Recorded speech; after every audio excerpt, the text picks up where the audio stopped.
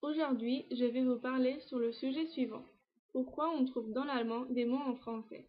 Car je suis sûre que plus d'une fois, en étant sur la plage, vous vous êtes sûrement demandé, après avoir écouté une conversation entre deux Allemands, comment est-il possible qu'on puisse reconnaître certains mots en français dans la conversation si l'allemand ne vient pas du latin, mais des langues germaniques, telles comme à propos, chance, brutal, charmant, cousin, collègue, bonbon et plein d'autres mots. Bien alors, tout cela nous mène à nous situer entre le IIIe et le Ve siècle en pleine invasion germanique, quand les Francs, les Alamans, les Wisigoths et les Burgondes cohabitaient tous sur l'Hexagone. Mais ils parlaient des langues germaniques. Pourtant, au fil du temps, les Francs ont dominé entre les peuples germains émigrés. Ils se sont mis à parler le latin utilisé sur le territoire conquis, ce qui donnera le français de nos jours. Tout commençait à la fin du IIIe siècle, quand les empereurs romains ouvrirent peu à peu leurs frontières en accueillant de plus en plus de mercenaires germaniques, pour grossir l'armée, car les Romains se désintéressaient de la guerre.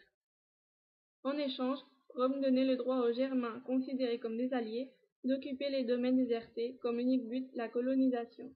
Peu à peu, les Germains furent acceptés par Rome et purent fonder des royaumes souverains sur le sol de l'Empire. À cela, il faut ajouter qu'en 375, les invasions des populations germaniques augmentent, car ils étaient menacés par les Huns, qui étaient une tribu guerrière établie dans l'actuelle Hongrie et qui avait décidé de partir vers l'ouest. Les déplacements des peuples germaniques au territoire français étaient appelés par les Romains des invasions barbares, mais en revanche, eux les considéraient comme des simples mouvements migratoires, car il s'agissait d'invasions pacifiques dont la plupart étaient accordées auparavant entre les Romains et un peuple germanique. Mais suite aux invasions, la langue parlée commença à se différencier peu à peu et se développa une forme de latin parlé encore plus différente qui progressera au cours des siècles jusqu'à arriver à notre français actuel.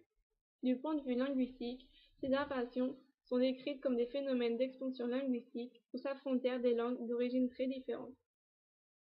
Et voilà, c'est pour cela que nous pouvons trouver dans l'allemand des mots comme confiture, boulevard, douche, porte-monnaie et plein d'autres mots, dont la plupart sont écrits avec l'orthographe allemand et certains mots ne gardent pas le même sens d'origine.